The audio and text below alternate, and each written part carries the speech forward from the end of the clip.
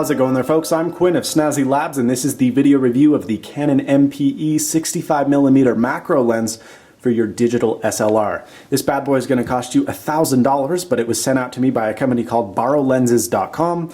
Borrow Lenses is actually a really cool site because what they allow you to do is rent camera equipment for a very reasonable price. If you need a couple lenses for a couple days for a shoot, if you need high-end video equipment, you just order it from Borrow Lenses. Their rates are very reasonable.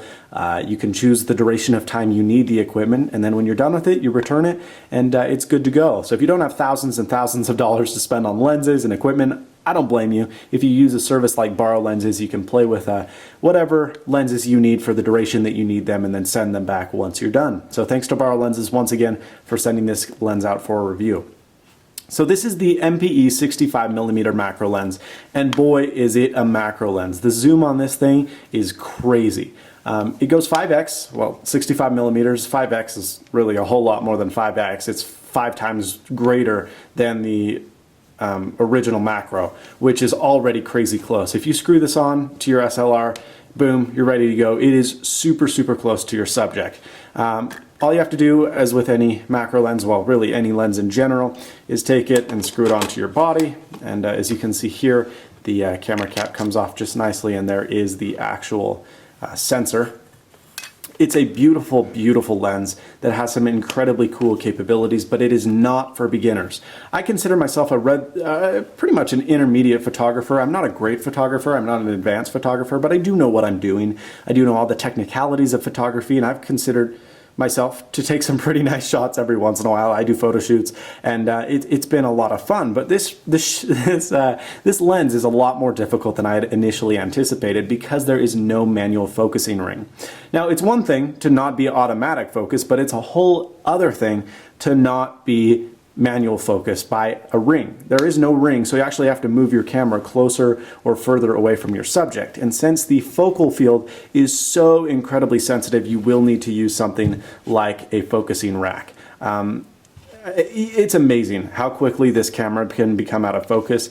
Let me put this into perspective of you. If I moved it this far, it would throw the entire picture out of focus. And furthermore, if I had bumped the shutter button when I went to take the picture, it will give it a ton of blur, no matter how sensitive you think you are. So what you need to do for this camera is it's a little bit more difficult than most lenses, wherein you do need to be incredibly close to your subject. You cannot move it at all. You do need a lot of light. I was taking pictures with 1,000-watt light boxes, and even that really wasn't enough in order to get that shutter speed to the point where I wanted it. Furthermore, your focal point needs to be very spot on, or else you're going to get some weird distortion, coloring issues, nothing you want to have to deal with.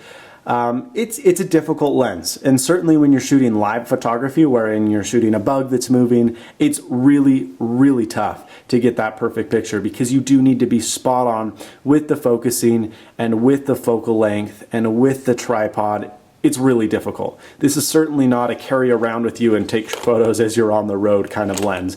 You do need absolutely the right equipment. You do need to be very patient because it's a difficult lens to work with. That being said, the results are absolutely phenomenal. I wasn't able to capture enough pictures that I thought were good enough to show off to you, but I have included in this some pictures that have been taken with this lens from other photographers, and as you can see, it's just absolutely amazing what this thing can do. So for even intermediate photographers, I would not recommend this as a starting macro lens. It's simply too difficult to deal with due to the lack of a manual focusing ring, and I don't know. I think it's a lot of fun to play with. It was a lot of fun to use. I'm glad I played with it, but at the same time, I wouldn't want to spend $1,000 on this lens, chiefly because I don't think I'm good enough of a photographer to be able to quickly capture photos in a way that, you know, really perceives and really shows off the power of this lens. So yeah, if you know what you're doing, you can get some amazing pictures out of this. I wasn't really that good, so I could kind of get a feel of what this lens was capable of, but I couldn't get any pictures that I was like, wow, that's amazing. I can't wait to show this with YouTube.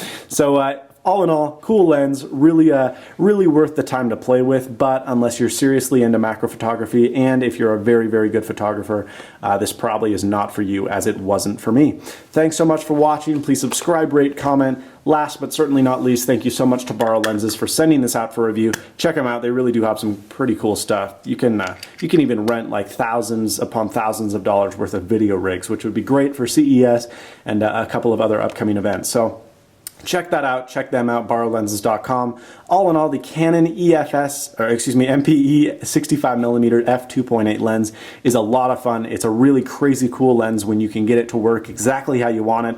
But unless you're a super skilled photographer, it's going to be very difficult to get it to work exactly as you want it. Thanks so much for watching. Please subscribe, rate, comment as my camcorder goes out of focus. And as always, stay snazzy. See you later, folks.